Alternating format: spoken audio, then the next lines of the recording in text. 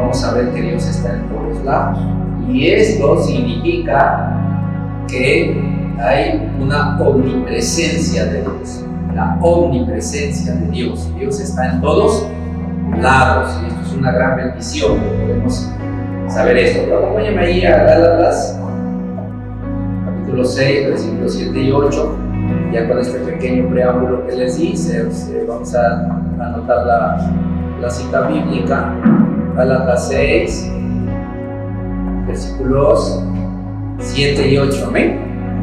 Cuando nos ponemos de pie, hermanos, por referencia a la palabra.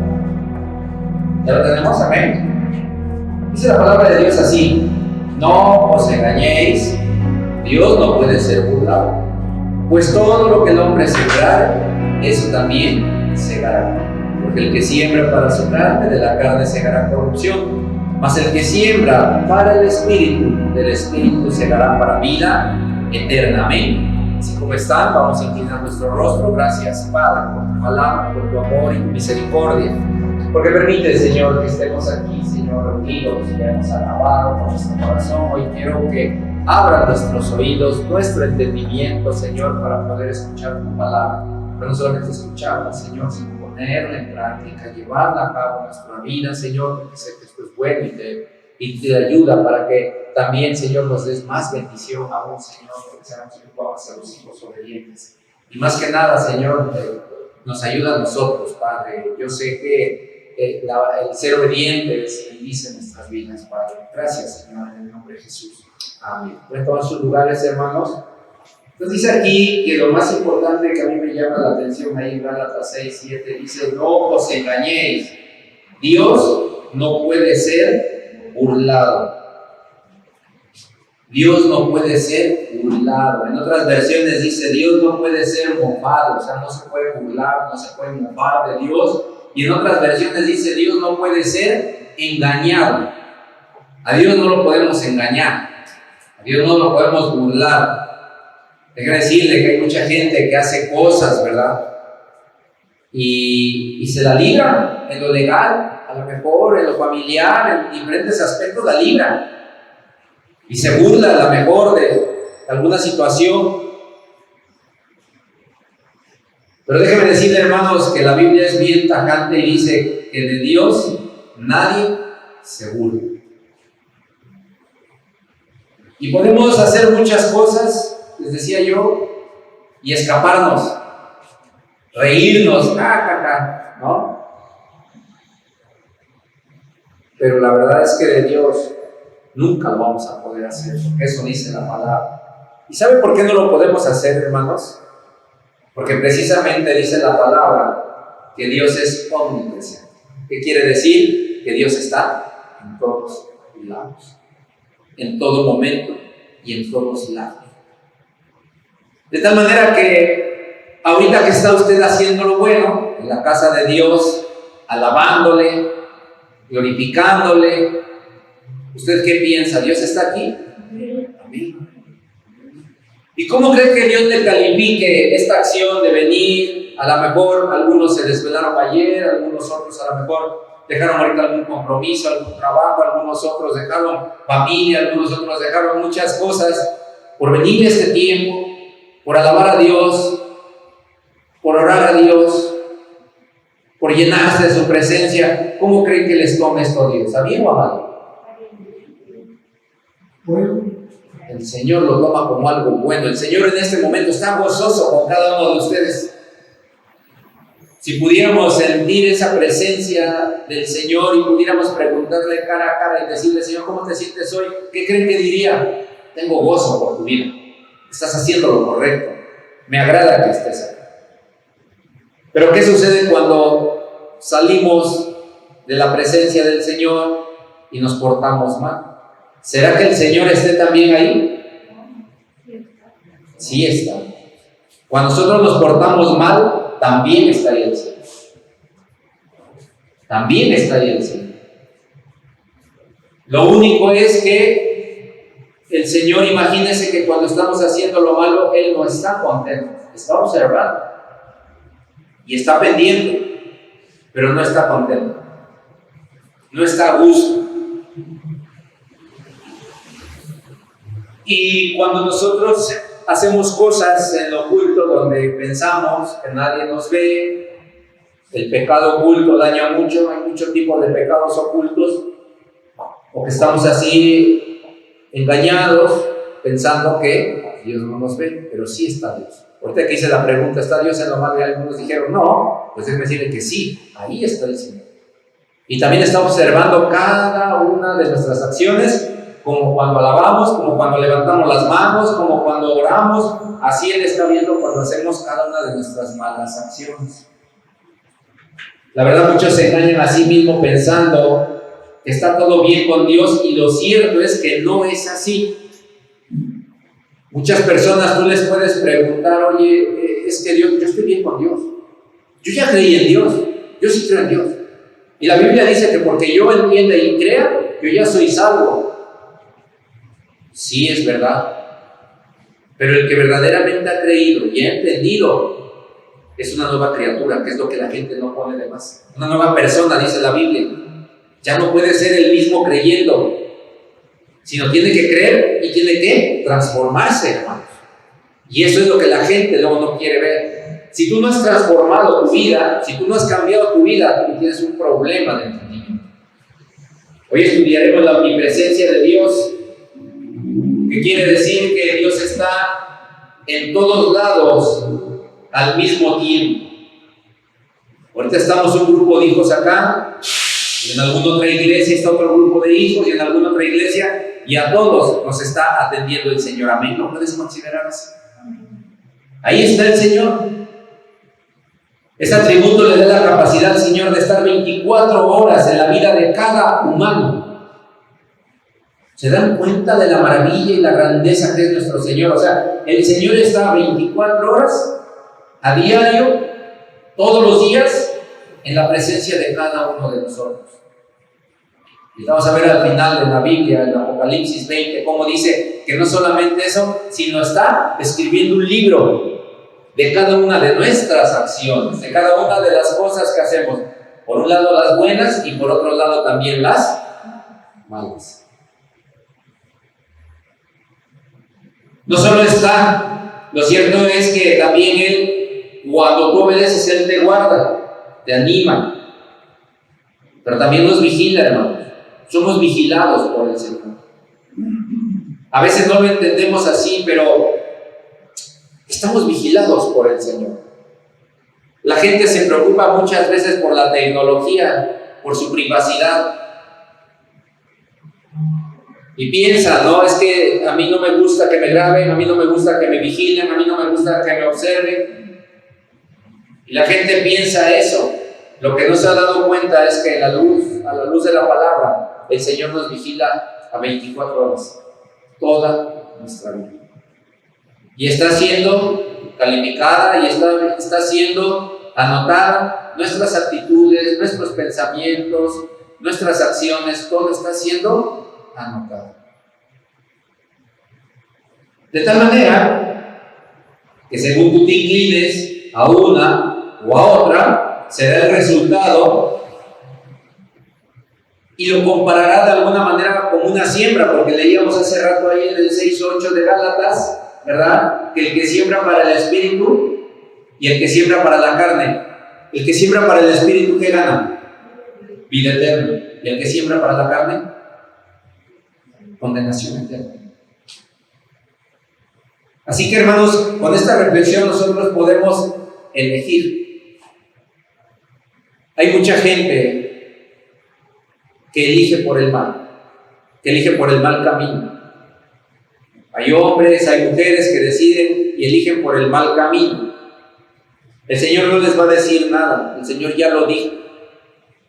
Juan 3:17 dice que el que no ha creído ya ha sido condenado. Hay mucha gente que ya está condenada porque no quiere creer, porque no le importa el Señor, porque confía más en una manera tal vez más religiosa, una enseñanza totalmente ajena a lo que enseña la palabra, y por eso no hacen conciencia, de tal manera que sus vidas están así simples y tienen una mala idea porque creen que podemos engañar a Dios. Y es una muy mala idea cuando sucede esto. lo cierto es que cuando no ponemos en primer lugar las cosas del Señor, no entendemos que Dios está omnipresente. Hoy mandaba yo un texto al grupo en la mañana. Yo espero que lo hayan meditado, que fue la tarea que en el nombre del Señor pedí que lo hicieran, ¿verdad? En Mateo 6:33, ¿qué dice Mateo 6:33? Poner primeramente el reino de Dios y su justicia, y todo lo demás llegará por añadidura. ¿Y saben por qué les pedí meditarlo? Porque ustedes tienen que entender la omnipresencia de Dios. De tal manera que si ustedes ponen primeramente el reino de Dios en sus vidas, ustedes están dando la prioridad al Señor. Nadie los va a engañar, ni tampoco se van a engañar a ustedes mismos. Ustedes van a caminar en la verdad. El poner a Dios en primer lugar es caminar en la verdad. No van a tener ninguna dificultad. Y miren que vendrán tempestades a sus vidas. Pero como ustedes caminan en la verdad, no les hará daño, hermanos. Vendrá Satanás contra ustedes con toda su furia y no les hará daño. Porque ustedes han entendido que Dios está en todo lugar y en todo momento. Dios no solamente está aquí donde están nosotros reunidos en su nombre, sino también está en tu trabajo. Está allá en la calle, cuando andas caminando. Tú no sabes, pero el Señor te ha librado de muchas cosas allá en la calle. Los que manejan y salen a la carretera, los que caminan para ir a sus trabajos. ¿Cuántas catástrofes, cuántas tragedias el Señor no les ha librado hasta este momento, hermano? Y esa es la presencia de Dios en tu vida, amén. Puedes entender que esa es la presencia de Dios en tu vida, ese guardar del Señor, eso que estás en su hueco de su mano, que vas, vienes, regresas y el Señor ahí te tiene, amén. Podemos vivir, hermanos, de una manera equivocada y engañarnos a nosotros mismos. Yo espero que esto haga eco en tu vida. Podemos vivir una falsa humildad. Sabes que hay gente que vive de una manera en la cual tú lo puedes ver y pareciera que es una persona de verdad humilde delante del Señor, una persona que verdaderamente se doblega delante de Dios, y tú puedes decir, esa persona es muy piadosa. Y tú vas a ver que esa persona, cuando la oyes desde el púlpito, la oyes desde una predicación, desde que tú la oyes en una oración, en una alabanza, en todo eso, tú dices, ese hombre, esa mujer es muy piadosa, es muy piadoso. Pero cuando ves sus acciones, reprueban esa falsa vida. Reprueban su forma, su vida, reprueban a lo que es la norma, la enseñanza bíblica. Ese tipo de personas se engañan a sí mismas. Así se engañan a sí mismos. Esas personas que viven una falsa humildad no pueden dar lo que no tienen. Para que tú puedas ser esa persona que verdaderamente estés con honestidad delante de Dios, tú necesitas conocer a Dios y reconocer un Dios que va a estar aquí en ti 24 horas al día, todos los días de tu vida. Proverbios 29:23 dice, la soberbia del hombre le abate, pero el humilde de espíritu sustenta la honra. ¿A quién es el que sustenta la honra? Es el humilde de espíritu. Y hermanos, la humildad no tiene nada que ver con lo que tengas económicamente. Puede haber una persona, y siempre lo he mencionado, una persona que tenga mucho, y sea una persona humilde delante de Dios. Y puede haber gente que no tiene nada y es una persona soberbia delante de Dios. Si primeramente no ves tu condición delante de Dios, ¿cómo la vas a ver con los hermanos? Si tú no ves tu condición delante de Dios, ¿cómo vas a poder ayudar a alguien? ¿Cómo vas a poder bendecir a alguien? Simplemente no se va a poder. Te vas a engañar a ti mismo siendo un cristiano engañado. Un título que no te corresponde. ¿Por qué no te corresponde? Porque simple y sencillamente tu corazón no está conforme al corazón de Dios. Lo otro es que podemos vivir una vida mala, Marcos 7:21 dice, porque dentro del corazón de los hombres salen los malos pensamientos, y dicen, los adulterios, las fornicaciones, los homicidios, los hurtos, las avaricias, las maldades, el engaño, la lascivia, la envidia, la maledicencia, la soberbia, la insensatez. Y si todavía jugamos y buscamos sobre el fruto de lo que viene siendo la carne, vamos a encontrar más condiciones en las cuales el hombre se engaña a sí mismo, pensando que Dios no se da cuenta, pensando que Dios no va a tomar en cuenta eso, pero que la realidad es otra. Aquí dice la Biblia clarito que todos aquellos que practiquen estas condiciones están en un problema, tienen un problema con el Señor. De todo esto el Señor lo sabe y un día pedirá cuentas, Apocalipsis 20:12, y vio a los muertos, grandes y pequeños, de pie ante Dios, y los libros fueron abiertos. Y otro libro fue abierto, el cual es el libro de la vida, y fueron juzgados los muertos por las cosas que estaban escritas en los libros, según sus obras. Ahí está escrito, hermanos, según sus obras. De tal manera, hermanos, que yo quiero que reflexiones ahorita y digas, a ver, ¿cómo estoy delante del Señor? Yo no puedo atreverme a decir, hermano, tú estás bien, hermano, eres un ejemplo, hermano, bendito, en el nombre del Señor seas. Yo no puedo hacerlo, porque yo no estoy en ti 24 horas todos los días. Yo no puedo. Yo veo tu fruto y veo tu testimonio. Y gracias a Dios por la vida de cada uno de ustedes, porque hasta este momento yo en lo humano, en el amor que te tengo, yo no puedo señalar nada adverso. Sé que algunos luchan y están luchando, pero veo su deseo de honrar a Dios. Y eso me ayuda también a mí para poder ministrarles, para poder amarles, para poder transmitirles la palabra. Eso para mí es muy importante. Pero una cosa es lo que yo veo y otra cosa es lo que ve el Señor. Lo que ve el Señor es bien diferente en cada uno de ustedes. Yo juzgo como un hombre, el Señor juzga como Dios. Y juzgar en el sentido de observar, no de señalar en mi parte humana. Yo no estoy para señalar a nadie. Juzgar en el sentido de observar el comportamiento de la iglesia, cómo va a ser mi trabajo, por lo que el Señor me ha puesto aquí. Pero el Señor está más al pendiente de ti, porque Él es y está en todo momento. Así es que esto nos debe de hacer reflexionar un poco y entender que no podemos engañar a Dios, que nuestra vida no puede engañar a Dios. Dios tiene gracia y misericordia, y aun cuando tu vida está muy mal, si te arrepientes, Dios te perdona y te da una oportunidad. Y ¿sabes algo?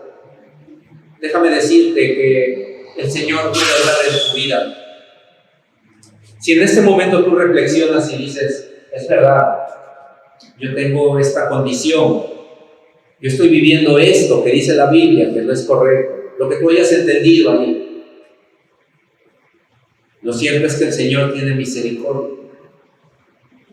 A lo mejor si tú haces algo contra mi persona o contra mi familia, ¿verdad? Va a ser algo que me va a lastimar. Y en el nombre de Jesús a lo mejor tendré que pasar por alto e ignorarlo. Pero mi corazón se va a doler. Y mi corazón va a guardar por siempre esa ofensa, ese agravio para mi familia, para mí. Lo va a guardar.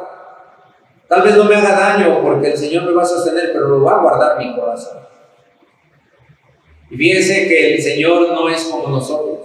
Dice la Biblia que cuando el Señor quita el pecado y perdona el pecado, Él lo arroja al fondo del mar. Figuradamente estoy hablando, lo que dice la Biblia así, dice que es así, y dice que nunca más lo llega a tomar en cuenta. ¿Qué quiere decir esto? Que el Señor lo perdona y se acabó el pecado. El asunto es que a veces no entendemos eso. Lo que perdona Dios y lo arroja al fondo del mar y nunca más se vuelve a acordar de ello es con lo que verdaderamente ya te arrepentiste. Lo que ya no va a regresar a tu vida. Lo que tú determinaste es entregarlo en las manos del Señor y quitarlo de tu vida, lo que sea. De lo que hemos mencionado, si tienes aún dudas, ve allá el fruto de la carne y ve cuántas cosas debes de quitar de tu vida. Bueno, una vez haciéndolo así, el Señor te perdona y lo arroja donde nunca más Él se va a acordar de eso. Y eso es a través de Jesús. Cuando tú cambias esa condición por una nueva forma en la que el Señor te da una nueva condición, eres limpio y eres transformado. Y en las iglesias, hermanos, necesitamos que Dios transforme a la gente. Necesitamos que verdaderamente Dios transforme a la gente. Pero el Señor no lo va a hacer a menos de que tú confrontes tu propia realidad, tu propia vida y no te engañes a ti mismo, que tú mismo decidas entregar al Señor tu condición, tu situación, en otras palabras, tu pecado, tu enojo, tu ira, todo aquello que hemos siempre mencionado, entrégaselo al Señor. ¿Por qué es tan urgente esto? Yo les hablo con urgencia. Yo no les estoy diciendo que, bueno, si ustedes quieren, háganlo para la siguiente semana. Si ustedes quieren hacerlo para dentro de un año. No, hermanos, esto tiene una urgencia. ¿Y sabes por qué tiene una urgencia? Porque hay una vigencia para tú recibir la gracia y la misericordia de Dios. Hay una vigencia. Si tú debes por ejemplo, voy a dar un ejemplo burdo, pero quiero que lo capten. Si tú debes a una tarjeta del banco y te llega tu estado de cuenta y te dice cuánto es lo que tienes que pagar al mes, y tú lo tienes, así el dinero, ya lo tienes listo, pero ese día resultó que a lo mejor pasó algo que te quitó el tiempo y ya no alcanzaste a depositar, ¿se afecta al banco? ¿Afectas al banco porque tú no le pagues? No. Por el banco no hay problema, pero ¿qué te va a pasar si no depositas a tiempo? Tienes un interés. El banco te dice, no te preocupes, me debías 10, ahora me debes 15 o 12, lo que sea. Subió la tasa que de los 10 que yo tenía que pagar, subió. Se incrementó. Si pago todo el otro mes, ¿qué sucede? Se cancela la deuda y ¿qué pasa? No debo nada, tranquilo. Pero ¿qué sucede si yo no pago al otro mes? ¿Qué sucede? Se incrementa más. Y se incrementan más intereses. Va a llegar el momento en que ustedes ya no puedan pagar. ¿Por qué? Porque había una vigencia. La vigencia era el día que tenían que pagar y no lo hicieron. Porque se me olvidó, porque ese día coincidió y no hubo pasaje, porque ese día me caí y no me pude levantar, porque ese día lo que sea. Pero ya no pagué, pues había una vigencia. El pecado en sus vidas es como una cuenta que ustedes tienen, que ustedes la tienen que finiquitar, o va a ir creciendo y va a ir creciendo y cada vez es más grande la deuda. Así es la vida. La palabra nos enseña que hay una vigencia. ¿Cuál es esa vigencia que tú tienes? ¿Cuál es ese límite de tiempo que tú tienes? ¿Sabes cuál es? Para ponerte a cuentas con Dios, ¿sabes cuál es ese tiempo, esa vigencia? ¿Qué vigencia crees que tengas? Para algunos a lo mejor tengan 80 años de vigencia y digan gloria a Dios. Para otros van a decir, tengo 15 años y tu vigencia se va a acabar a los 17, no sé, 18. Otros se les va a acabar a los 40, otros a los 50, otros a los 30, otros a los 20. ¿Quién pone esa vigencia? El Señor. Y en su omnipresencia, en su omnipotencia, en todos los atributos que Él tiene, Él determina las cosas. Entonces tenemos una vigencia. ¿Sabes cuál es lo malo de esto? Es que por lo menos el banco te pone qué día tienes que ir y pagar. Y en nuestro caso, no sabemos cuándo es el día que tenemos que hacer el depósito. De tal manera que si eres una persona entendida, ¿no es mejor hacerlo en este momento si es que ya lo tienes? ¿No es mejor hacerlo a partir de este momento por aquello que se acabe esa vigencia? Lo mejor es hacerlo ahorita.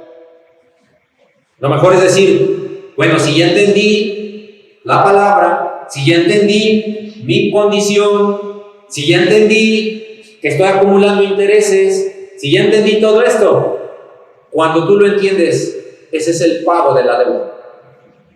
Amén. Cuando tú lo ves de esta manera, entonces vas a caer que mientras vivas es tu vigencia. Lo cierto es que nadie sabe en qué momento será el último día de pago.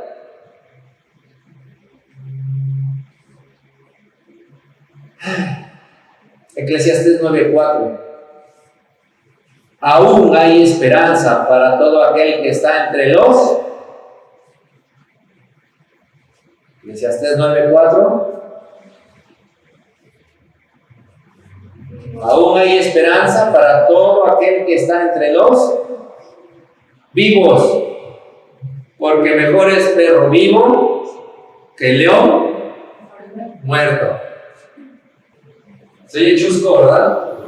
Pero para mí lo importante de este texto es lo primero que dice ahí: aún hay esperanza para todo aquel que está entre los vivos. Y póngase usted vivo. Necesita ponerse vivo. ¿Por qué? Porque ya muerto, nada es posible, ya nada vamos a poder remediar. ¿Podemos hacer un hermoso culto fúnebre? Claro que sí. ¿Podemos cantar alabanzas al Señor? Claro que sí. ¿Podemos dar el testimonio del Señor y a lo mejor aquella persona, su familia, se va a convertir a Cristo? Claro que sí. ¿Pero qué podemos hacer por el difunto? Nada. Si Él por sí mismo ahorita no hizo nada, el día que esté muerto, ¿no vamos a poder hacer nosotros? Nada podemos hacer. Si ahorita que están vivos ustedes no se ponen a cuentas delante de Dios, si ustedes no hacen sus pagos correspondientes sobre el pecado, si ustedes no hacen todo esto, no los quiero engañar. El día de mañana no voy a poder hacer nada por ustedes. Cuando sea el momento de que a lo mejor van a querer escuchar la predicación y decir, ahora sí, ahora ya no puedes. Ahora sí, pero ya estás en la presencia del Señor y ahí sí ya no puedes hacerlo. Ya no habrá paso atrás. La otra vigencia que puede llegar también en cualquier momento es que el Señor venga. Dice la Biblia que el Señor vendrá por segunda ocasión. La otra vigencia que tenemos y que también está sin saber nosotros es que Jesús puede venir en cualquier momento. Y dice la palabra de Dios que llevará consigo a su iglesia. Si tú estás saldado de cuentas y estás en tu iglesia y estás sirviendo en todo lo que corresponde al Señor en tu vida y estás a cuentas con el Señor, no te preocupes. Pero si te agarran endeudado, con mucho pecado encima, con alejamiento de Dios, en otras palabras, perdida tu vida, te quedas para sufrir eternamente. De la misma manera, se acaba la vigencia y es eternamente. Imagínate que tú por no pagar una deuda ahorita al banco, oye, estoy retomando esto para ilustrar.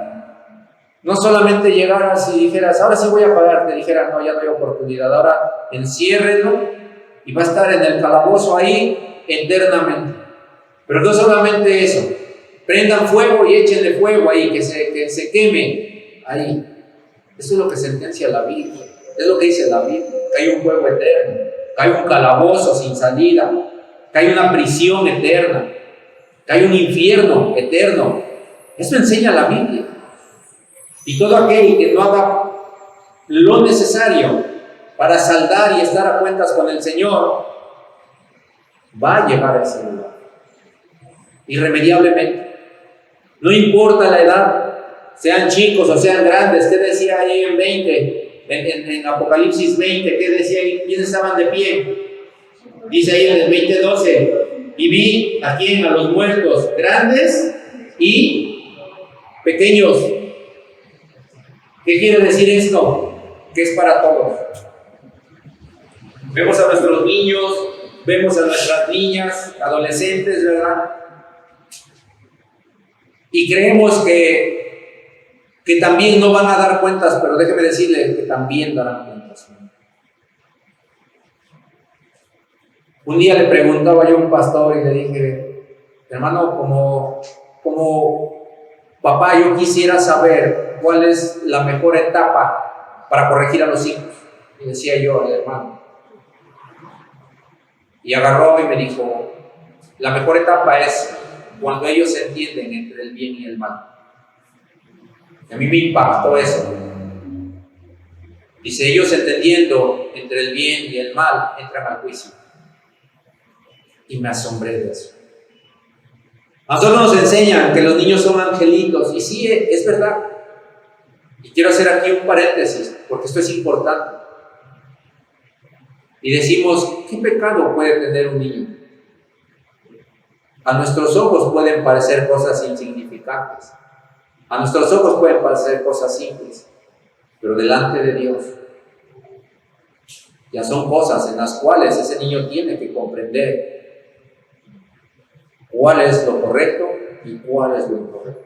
Porque ahorita puede ser solamente un berrinche, pero el día de mañana, cuando este niño sea grande, le puede costar una eternidad fuera de la presencia de Dios, puede costarle un lugar fuera del reino de los cielos. Y cuando yo entendí eso, yo sabía que hay una gran responsabilidad como padre. Y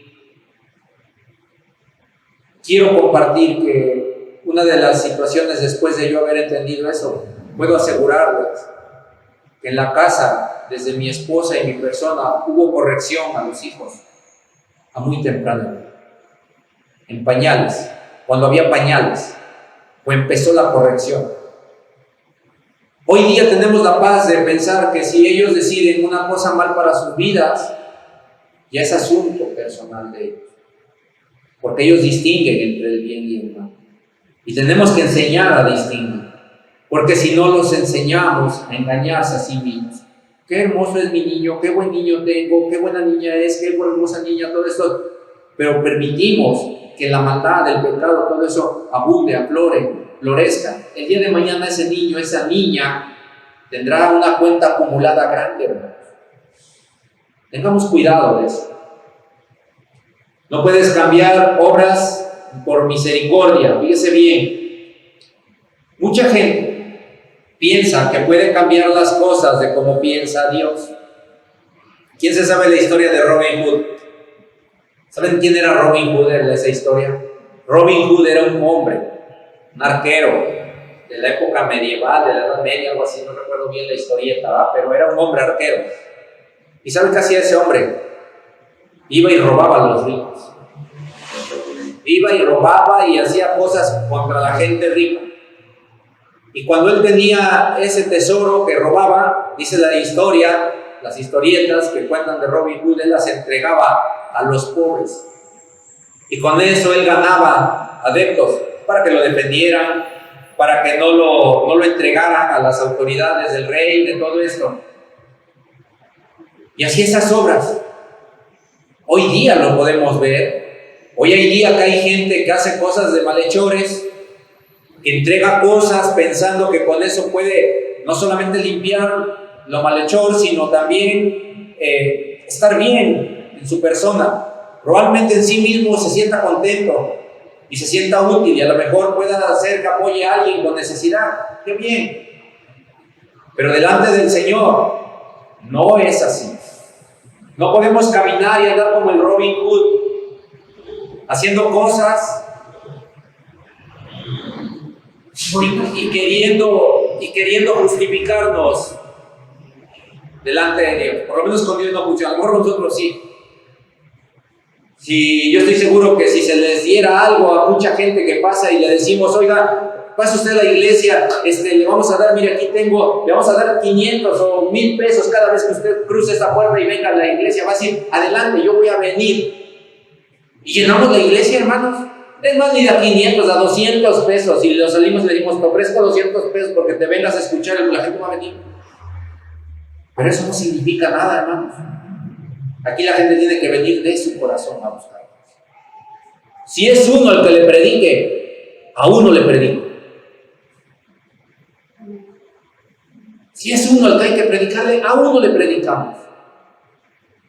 Pero nunca le compraría yo su asistencia en la iglesia. Nunca se la compraría. Nunca daría una dádiva por algo, porque eso no es una enseñanza y es lo que muchos hacen. Creen que con las obras, por eso dice la palabra de Dios ahí, que las obras, dice ahí en Romanos 11:6, y por gracia, ya no por obras. De otra manera la gracia ya no es gracia, y por obras ya no es gracia. De otra manera la obra ya no es obra. Parecerían muchas palabras. ¿Qué quiere decir esto? Que el Señor te quiere a ti y Él va a hacer, tú le vas a servir a Dios y tú vas a estar de presente de Él por gracia el Señor, por gracia, no por lo que hagas.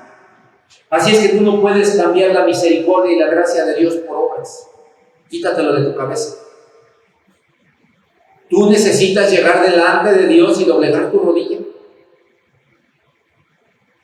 Así la gente te vea como la persona más buena, más bondadosa, que amable y todo allá afuera. Tú tienes que ver cómo te ve el Señor. Porque muchos nos vamos por las obras. Y las obras no las quiere el Señor. El Señor quiere que por gracia sea. ¿Amén? Ya casi terminamos, hermano.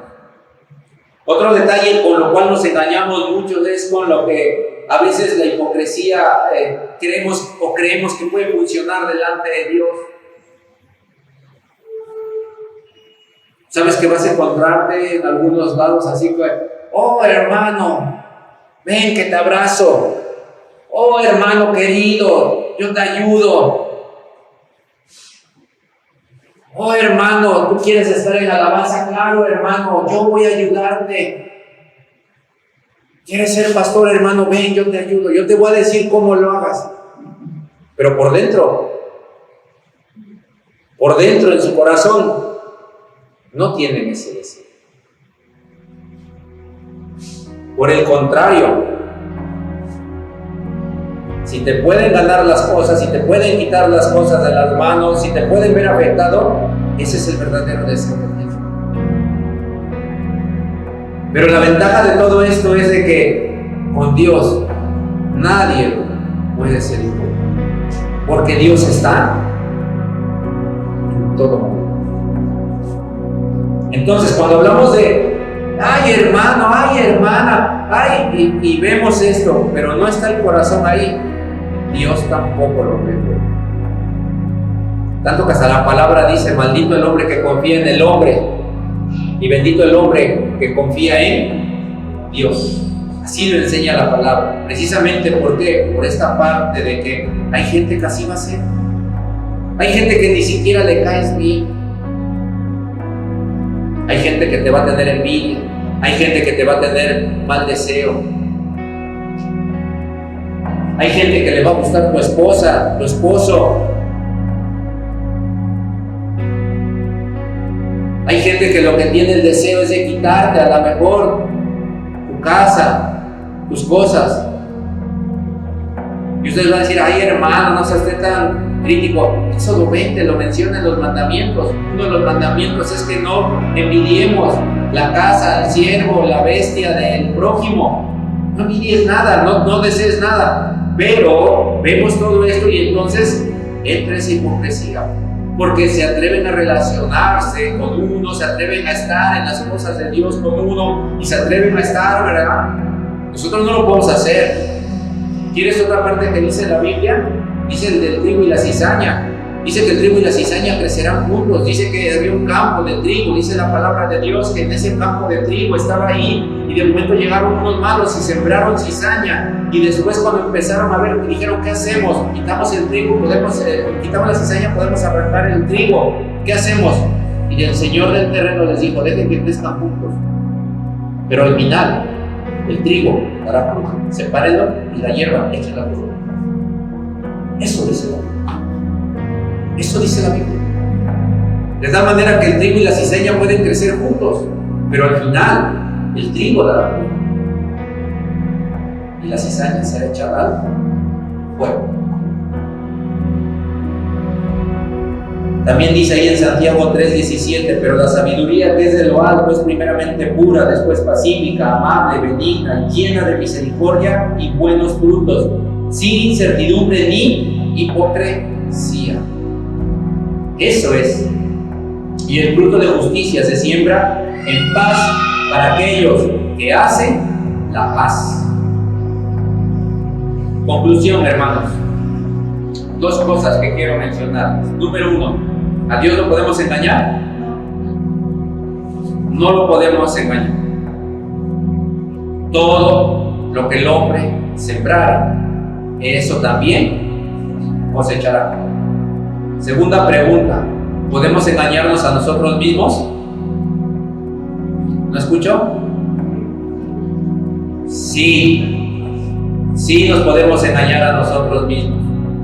Sí podemos engañarnos a nosotros mismos. Bien. ¿Podemos tener una salida a ese engaño? ¿Le dijimos? ¿No? Sí tenemos una salida a ese engaño. ¿Cuál es esa salida? Cristo, ¿a través de qué? Del arrepentimiento y la petición de perdón, ¿vale? Entonces, si hay arrepentimiento y si hay perdón. Así que la misericordia y gracia de Dios por medio de la sangre del Señor Jesucristo llegará y limpiará nuestra vida. ¿Lo creen? Amén. ¿Qué quiere decir esto? Te arrepientes, es un momento que tú reflexiones, te arrepientas, pidas perdón y que la gracia del Señor y su misericordia te alcance. ¿Cuántos queremos eso? Pongámonos de pie, hermanos. Yo quiero orar con ustedes.